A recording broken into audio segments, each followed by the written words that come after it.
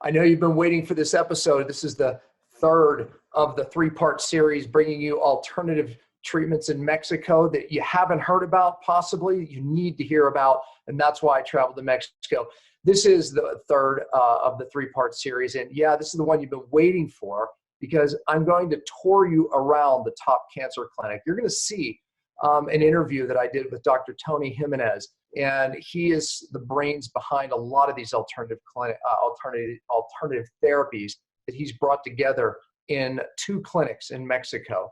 And I actually show you the actual things that they're doing. Really exciting. And by the way, it is a 2-part series on Dr. Jimenez. I did interview him on another lecture, but this one I think is the most exciting because you're going to see this clinic, Hope for Cancer. Man, can't wait. This is going to be one you're going to want to share. You're going to want to share this whole series, but people need this information. So please share.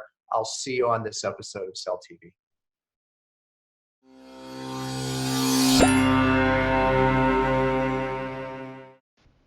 Hello everyone, welcome to Cellular Healing TV. I'm Ashley Smith, and we are so excited for this final episode of our Cancun Mexico series.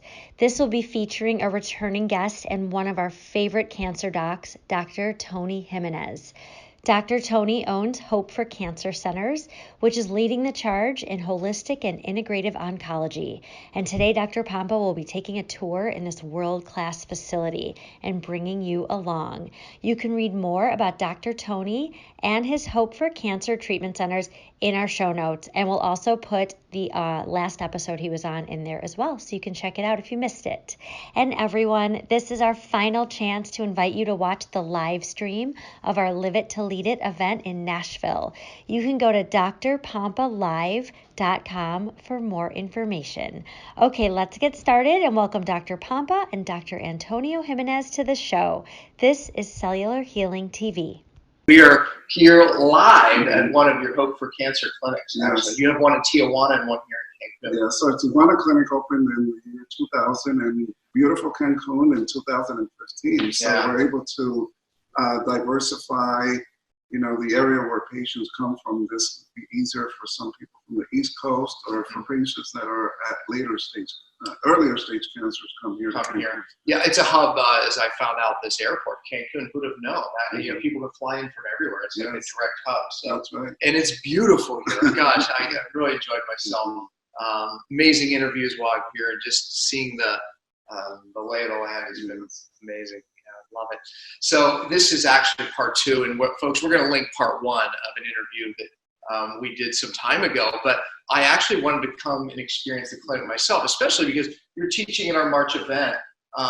It has a focus on cancer, and that's a big deal because what you're doing here is a big deal.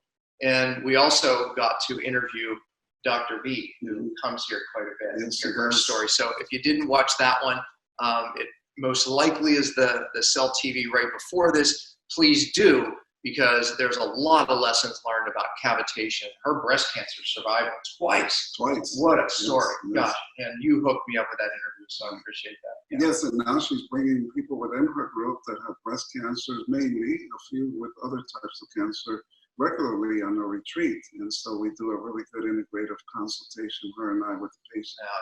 It's amazing, and I want to bring my work here. The cellular detox, and it's just putting it all together. Nobody's doing it. So we look forward to that. Yeah, that's very good. I have to say, just even being here in this clinic, I mean, what a professional clinic.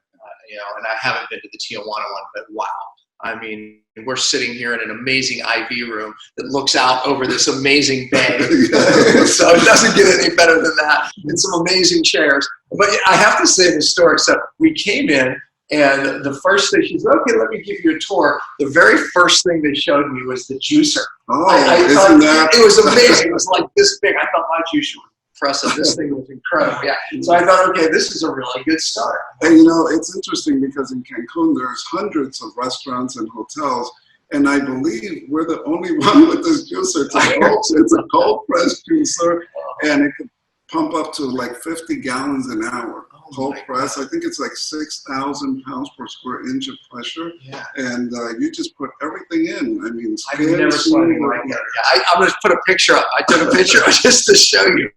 this juicer. It was unbelievable. So, and by the way, I mean, you have a restaurant or a kitchen, I should say, a kitchen here. I mean, I see healthy food in every room. I mean, you all do it right. Yes, yes. And you know, that follows the 7 key principles, and of course, nutrition is foundational. And that's one of the challenges with the conventional medical world. They don't focus on nutrition. They don't focus on detox. Yeah. You know, one of the things that we talked about in Dr. B's interview was, you know, statistics 20 years from now, it's going to be 1 in 2 people with cancer. Right. You know, and I try to realize that everybody watching this applies to you. Right. You know, people, I think it's what's put in their minds is, well, it's not in my genetics. My mother didn't have cancer. My father didn't. And yet you don't get cancer because of genes, and nor because you don't have the gene or have it, does it go the other way either, right? Exactly. Statistically, it's about 2.5% of all cancers are genetic in nature. The rest, of course, small, right? Small. So the rest are epigenetic. Right. Lifestyle and everything. Stressors. Physical, chemical, emotional, turn it on.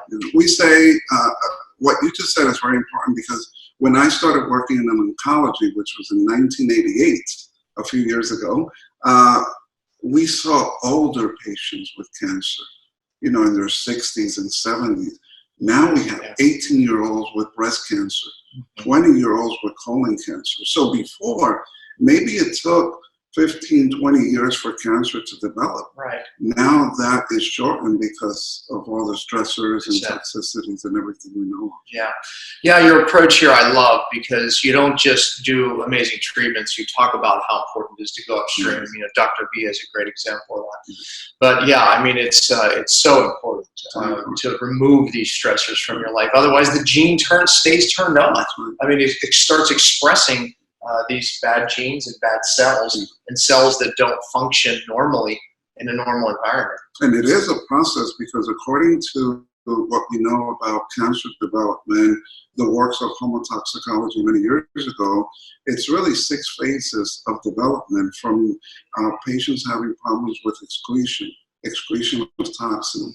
So then after that, there's a reaction, which is the inflammatory reaction. Then what happens, there's deposition. These toxins, these stressors begin to entrench themselves in the extracellular matrix. Then we have impregnation. That's when these toxins leave the extracellular matrix. They go into the enzymatic system. They go into the cells. They impregnate themselves, and then they start causing damage. Then that leads to degeneration, which is now cellular function is being affected, and then that's the cancer process. And by the way, what he just described, most of which you're symptom-free along that. Exactly. Yeah, I mean, so that could take 10, 15, even 20 years, and now all of a sudden you get the diagnosis. And unfortunately, Western medicine teaches basically that, oh, that's when your cancer starts. And the beauty about knowing this is that the excretion, the reaction, and the deposition phase, before it gets to the impregnation phase, those 3 are reversible. So we can be proactive. Start now. Don't wait till you're diagnosed with cancer. Well, let's pick up on that thought, because people hear today, okay, early diagnosis, or early detection. But a lot of the early detection, I think, is problematic. It's not early at all. Right, it's not early at all, and it's mammograms, other things that could cause problems. But let's talk about some of this, because in this clinic, and we're going to take a walk around, folks. So we're going to put you on pause and take you to some of these things to show you. That's why I'm here. But you're doing some early detection that I think started in Germany, perhaps, but you can get it right here in Cancun. That's right. Yeah, that's right. And early detection is really, we're talking now before the tumor or the lump or the nodule is found on a mammogram, ultrasound, because at that point, that's not early detection. That's not early detection. In 1 cubic centimeter, like if a nodule or tumor is 1 by 1 by 1 centimeter, there's already at least 1 billion cancer cells in that nodule. And at this point, it's not early. So when we talk about early detection, it's really screening for circulating tumor cells. These are cancer stem cells that might be in the circulation before they settle somewhere in the breast, in the colon, in the lung, anywhere, right? So we can detect or screen for these circulating tumor cells and treat them at the same time. Oh my God. We'll show this device, but explain to them a little bit of how that works. Well, circulating tumor cells are rogue cells that have left a tissue or an organ, and they're waiting to go somewhere. It's an opportunistic, I call cancer an opportunistic disease. Right? Just like a pathogen. Because, the terrain is altered, and then they're going to settle in that tissue or organ. And so with this technology called photodynamic infrared spectroscopy, we could screen for these circulating tumor cells in your total blood volume. The test takes 17 minutes. Before that, we infuse an IV infusion of a non-toxic substance that attaches to cancer stem cells or circulating tumor cells. Then we use high-tech infrared fiber optic laser technology to detect those circulating tumor cells. And then at the same time, if there's any, we could treat them or zap them, if you will. And how do you do that, zapping? Well, with the laser intravenously, right? Infrared. Which I'm actually going to get done. You are, yes. And also we have an external device that also emits infrared light at a specific wavelength of energy, so it targets those circulating tumor cells. So minimally invasive, non-painful, no toxic effects, no complication, and light. Yeah, and when you compare it to other cancer treatments, I hate to use the word, I won't. It's inexpensive. I mean, when you look at it compared to all these other things, right? I mean, even the testing itself. Absolutely. Yeah. And this test screens for both types of circulating tumor cells. It gets a little more technical, but there's two types of circulating tumor cells. One are called epithelial cancer stem cells, which are the minority. They're only like 1% at most of all cancer stem cells. The majority are called mesenchymal cancer stem cells. Yes. So lab tests are limited in detecting mesenchymal. They could only detect the epithelial cancer stem cell. Where this technology, the PDIS, detects both cancer stem cells. I was impressed. I was sitting in your waiting room, and the woman came out and she was talking about, okay, you're going to get your coffee enema today. Right? It was like your green juice. I mean, it was very, very dialed in. You could tell from the beginning to end. And we'll look at, so what are some of the other things that you're going to show us today on our tour? Wow, we could, all of our therapies are based on the 7 key principles of cancer therapy, which is non-toxic cancer therapy. So we're going to show the use of sound and light to kill cancer stem cells, to kill cancer cells, but also to decrease the blood supply to the tumor. Because a tumor cannot get greater than 2 millimeters in size without increasing blood supply. This is called angiogenesis. It's one of the hallmarks or characteristics of cancer. So sonophotodynamic therapy using sound and light not only kills cancer cells, but also impedes and shuts down the blood flow to the tumors. Thirdly, it has an immune effect. It upregulates both the adaptive and the innate immune system.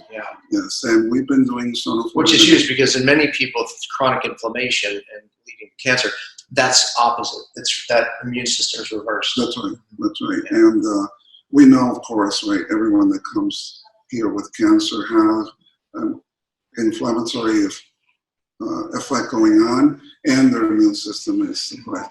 Even if a standard blood test says, no, everything is fine, your white blood cells are fine, and so forth, as you look deeper with some of the technology that we have using bioresonance energy, we can look more specifically at immune function.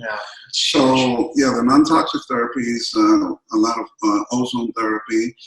We use rectal. Sometimes we use topical. It's called cold plasma ozone technology that we can deliver ozone right over the breast cancer. It would be breast or maybe even liver. Yes. And you'll see the juicer, of course. You'll see that, and you'll see a lot of happy patients. I did. Yes, I really did. Because once they come through our doors, that's the first thing. We have to have faith, hope, love, and generosity, and those are our core principles. Once you have that, the body is in an environment where it can heal. I won't make you retell your story because you have to watch episode 1 where you hear your story, and you you definitely broke me. I mean, it's, you were called to this. I'll just leave it there. Yes, definitely. God himself, like he did in my life, he put you here. So we're grateful for that. And Dr. Dan, one of the characteristics of someone that develops cancer is separation from God, is spiritual brokenness. And I think that's primarily a characteristic of cancer patients or chronically ill patients. Secondly, we have the emotional traumas. And then thirdly is the physical traumas, right? The immune suppression, the toxicity, the acidic environment, and so forth. Yeah, you put it all together and it's a perfect storm, as I said. When we see any unexplainable illness, there's always a perfect storm of stressors involved, and then the gene gets triggered. That's right. Yeah, I liken it to a three-legged stool.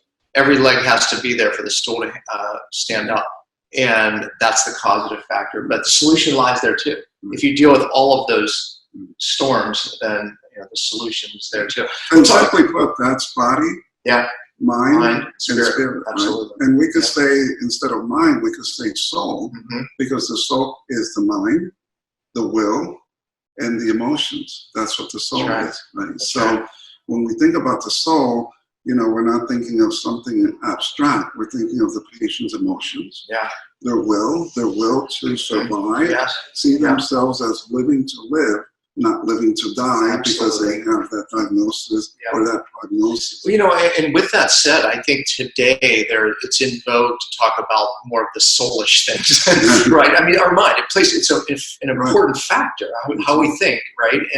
But yet the spiritual thing, I think is pushed more to the side. And oftentimes, probably you and I would agree, it's probably not in line with what you and I believe. But I mean, I think the spiritual component is left out, and I think it's a big player. Yes, it is. I always say that in ancient times in Greece and in Egypt, when someone went to a clinic like this, well, I don't know if there was a clinic like this back then, but they had this right.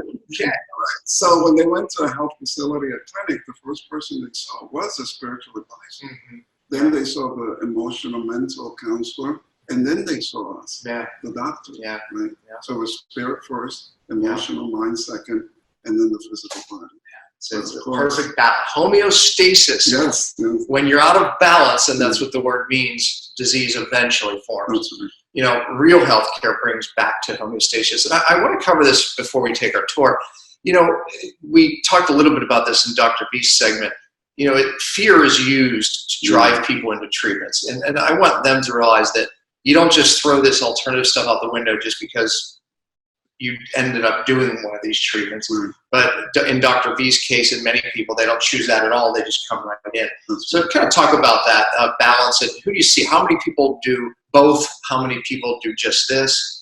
Well, first I'll touch on fear, because I think the best explanation of fear in cancer is what a patient of ours says. She said, cancer is not the enemy. Fear is the enemy. I think that's very profound, right? Because in fear, we cannot heal. Cancer cells, healthy cells, are interchanging information, frequency, energy, resonance. And so when there's fear, it can be in homeostasis, as you said. And then, unfortunately, 92%, Dr. Dan, of the patients that come to Hope for Cancer are in stage 4.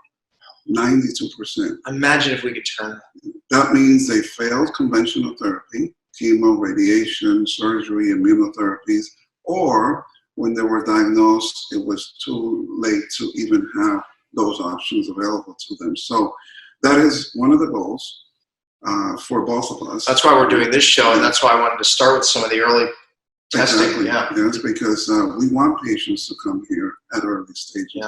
That being said, we did a third-party retrospective study, which is ongoing, and of 365 patients. 1-year survival was 78.9%. 2-year survival, it dipped down to 77%. Yeah, we're talking the worst. We're talking the worst. And if you compare that to National Cancer Institute SEER data, surveillance, epidemiology, and end-stage result data, which is the gold standard, they're about 20 to 25%. Wow. And guess what? Wow. That's not stage 4. Yeah. That's only stage 2 and 3. And this, you're talking stage 4. And we're talking stage 4. That's incredible. See, there's a choice, Yes. right? But the fear, they make it seem like you have to do this. That's right. And then the family even has a feeling of, well, we've done everything. Right. Well, and if they feel like they've done everything, then that everything means everything that the doctor's told to do. Right. But, really, have you done everything? Because look where I'm at right now. This is amazing. And that being said, if any of you are watching this and you are getting chemo or you're going to start chemo radiation soon, my advice is that you're not doing everything. No, that's it. You must do the rest of it, which we believe is as or more important. Because well, the statistics say it's more important. Exactly. What you just said, that's not my opinion or yours. The statistics you just gave show it's more important. That's right. Yeah. And so I'm giving them the benefit of the doubt a little bit, right? But no, it is more important because we're addressing the root cause of the disease. We're not putting a Band-Aid. We're not zapping that tumor because cancer is a systemic disease. Yes. Very, very, very rarely, if at any time, is cancer a local disease. Yes. So removing the breast cancer, we have a patient here that I'm going to see in a few minutes. I wanted you to say that. Yeah. I'm going to see her in a few minutes. She had the best of the best surgery. And they said, what do they say? We got it all. Right? And they're happy. And they're happy. Oh, they feel like they have a new life. That's but right. you and I know a different reality. Right. And it's a false sense of security, It is. right? Because then they don't think that nutrition is important. They don't think detox is important. They don't know about their immune system and so forth. It almost hangs death on them harder because then why would I do anything? Right. This worked for me. That's right. And we're looking at it going, you didn't get to the cause. Right. So it's going to be something else. But then the doctors will tell them that that's not related to this cancer. Right. You were unlucky twice, basically, is what they're saying. And then they call it recurrence or relapse. The fact of the matter is the cancer cells didn't go away. Absolutely. So it's not really a recurrence or relapse. It's just the cancer cells now forming another tumor. Yeah. Right? Either in the same location or at a distant site, what we call metastasis. There's the advancements in this area of alternative, I hate putting a word on it like that, but alternative cancer is, it's just expanding, and yet so few people know. I mean, that's what brought me here. And then I also interviewed Dr. Raphael at the stem cell clinic because they're expanding natural killer cells. If you didn't see that one, watch that one as well. But I mean, just some amazing things that people just aren't being made aware of because of the drug companies' hold on this area of cancer. It's a cash cow, and it's not going to go away anytime soon. A few days ago, I had an opportune meeting, a lunch meeting with a gal in California who used to work for the FDA. She was a pharmaceutical scientist, brilliant lady. Then she was an intelligence officer in the military, data programmer, and a whole list of things. And I say, well, why are you out of that area? She said, I just couldn't do it. I was frustrated. I saw that when they do clinical trials, they start from what they want to prove and work backwards. Yeah, absolutely. And people look at that as proof that this is why they should do this particular treatment. So give yourself the benefit of the doubt. Do something really helpful for yourself. And let's look at cancer from a fundamental perspective of what are the characteristics of cancer. The representation of the presentation of the tumor is a sign of a dysregulation, lack of homeostasis that happen at the root cause. Absolutely. Well, let's show your book because this is coming out, and here's the 7 principles. Wow, this is a life work, Dr. It is a life work. It's my baby. It's a life work. Yes. So, Hope for Cancer: 7 Principles to Remove Fear and Empower Your Healing Journey. And I was blessed that I have over 20 endorsers, including yourself, from over 12 countries. We have a number of oncologists. The foreword was written by a hematologist-oncologist from Brazil who studied bone marrow transplant in Paris, France, at the Marie Curie University, well recognized. And I met Dr. Villela a number of years ago at an integrative conference in Arizona. And I saw his name tag and I said, what are you doing here? You're a hematologist, oncologist, bone marrow transplant expert. He says, Tony, I'm frustrated. 40% of my patients are dying in the transplant table in surgery. Wow. And so now Dr. Villela is doing integrative medicine. He quit doing bone marrow transplant. He's happier, He's getting better results, and he wrote the foreword to my book. That's powerful. Get the book. I think, well, by the time this airs, perhaps it'll be much closer. It's in print. It's in print. It's in print right now. Yeah. I can't wait. I can't wait for it. It is your life's work. It is. Coming from a guy like you, that's a powerful piece of work right there. I would call it the #1 cancer book to get right there. So, okay, well, first of all, how would they reach, before we back out of here, how would they reach you here at Hope for Cancer? Yeah, very easy. You could go to the website, www.hope4cancer.com, so hopeforcancer.com, and there you'll see videos, you'll see roundtable discussions with me and my doctors talking about the 7 key principles, and you'll see a lot of interactional videos. You'll see one called I Am Hope. Oh, please watch that film, I Am Hope. It's life-changing, and the numbers are there. You could call our office or send an email, and we'll get back to you. Look, I don't ask you to share the link here with many people, but you need to share this one, because cancer is touching all of us. That's right. Every one of us, and 1 out of 2 of us will actually end up with cancer in the next 20 years. So, well, look, let's take us for a tour. We're going to take you all for a tour. Let's see some of this amazing stuff that's going on right here, Cancun, one of the easiest places to get to. So, all right, so we're going to put you on pause and come right back. All right, Tony, so here's the first thing you wanted to show us. Yes, this is a unique technology. We're delivering light through lasers, and the difference between this laser and typical lasers that we hear is that they're cutting lasers. This is a laser light that is not harmful. As a matter of fact, it's beneficial to the body in many ways, because our cells thrive on light. The mitochondria thrives on energy and light. So with this technology, we can deliver laser lights from the ultraviolet spectrum all the way to the near infrared and red spectrum. And each wavelength has different properties. So ultraviolet, we know, killing pathogens. Exactly. Infrared, I've done shows on different red frequencies, how it helps the ATP production, the chrome 450 pathway. So you kind of take advantage of all of that. We take advantage of all of that, and for cancer specifically, we're giving patients a non-toxic substance that is called sensitizer. This substance, like curcumin, hypericin, which is St. John's wort extract, and others, bind to cancer cells selectively. But in of itself, nothing happens. But when we wake them up, if you will, or activate them with a specific wavelength of light, then it liberates reactive oxygen species. And that's free radicals within the cancer cell and causes the cancer cell to die. Got it. So the people around here that are getting the treatment, they're like, wow, I didn't know that. That's really amazing. Yeah. See, you're learning something. You're not on camera. Don't worry. But yeah. Now, is this also the? Is this also? Oh yeah. Well, we will show that. Yeah, that's amazing. Green shows up. So yeah, I mean, we're putting the light directly into the vein. We're putting the light directly into the vein. So it goes systemically. These photons of light travel through the venous circulation and even go into the brain. So we could treat brain tumors with intravenous laser as well. That's incredible. In addition to that, we can put the lasers directly into a tumor. If someone has a breast tumor, a tumor in the neck, or even lymph nodes, we could put a very small, fine needle, put the fiber optic light into the needle, and then direct the treatment specifically to that tumor. Right. So there's many applications. Patients, we've had great success with bladder cancer.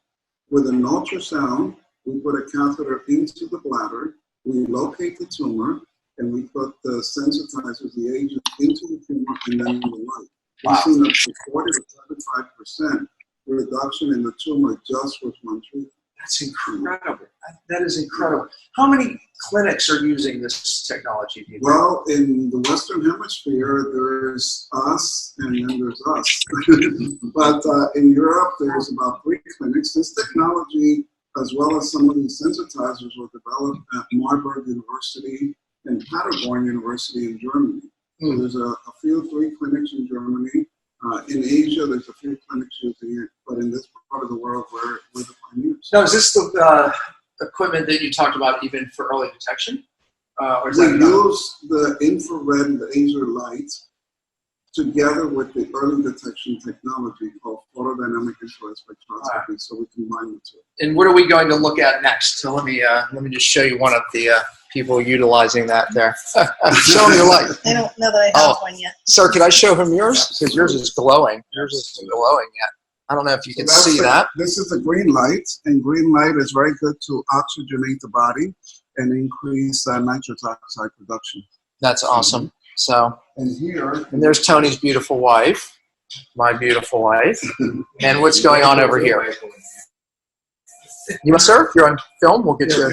You okay? Here we have the blue light. Am I good? You're good.